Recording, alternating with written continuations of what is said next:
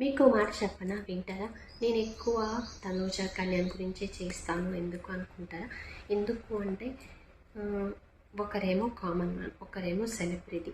వాళ్ళిద్దరూ బిగ్ బాస్లోనే పరిచయం అయినా వాళ్ళిద్దరూ అరే నీది వేరు నాది సపరేట్ ఛానల్ అని లేకుండా ఇద్దరూ కలిసి ఫ్రెండ్స్ అయ్యి ఒకరినొకరు అర్థం చేసుకొని బయటకు వచ్చి ఉండే విధానం కూడా అది నాకు చాలా బాగా నచ్చుతుంది.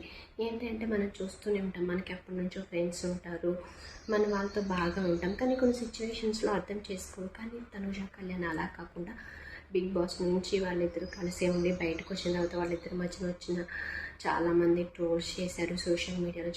కొంతమంది బ్యాడ్గా మాట్లాడారు ఇద్దరి గురించి. అయినా వాటి నుంచి బయటకు వచ్చి ఇద్దరు ఇప్పుడు మంచి ఫ్రెండ్స్ లాగా ఉండి ఒకరినొకరు అర్థం చేసుకొని వాళ్ళిద్దరి మీద చూపించుకునే కేరు బాగా నచ్చుతుంది.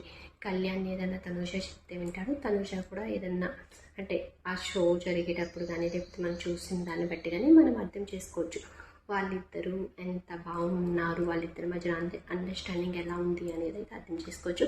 సో దానికోసం నేను వాళ్ళిద్దరికి ఫ్యాన్ అయ్యాను అనమాట. ఎందుకంటే వాళ్ళిద్దరూ ఉన్నది కొన్ని రోజులు బిగ్ బాస్లో.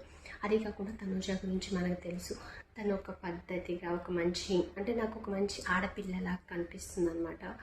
సో అలాంటి అమ్మాయి కళ్యాణ్తో ఉండి ఫ్రెండ్షిప్ చేసుకొని అంటే తనతో ఉండే విధానం ఎక్కడ మేమిద్దరం ఫ్రెండ్స్ ఇలాంటిగా చేయాలి అని లేకుండా వాళ్ళ లిమిట్స్లోనే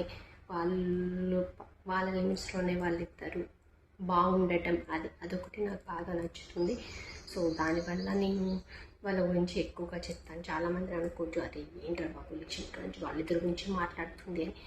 సో వాళ్ళిద్దరిలో ఆ క్వాలిటీ నాకు నచ్చుతుంది కాబట్టి చెప్పాను. ఎందుకంటే మనం అది కాకుండా వీళ్ళిద్దరూ అర్థం చేసుకునే విధానానికి అయితే నేను బాగా కనెక్ట్ అయ్యాను.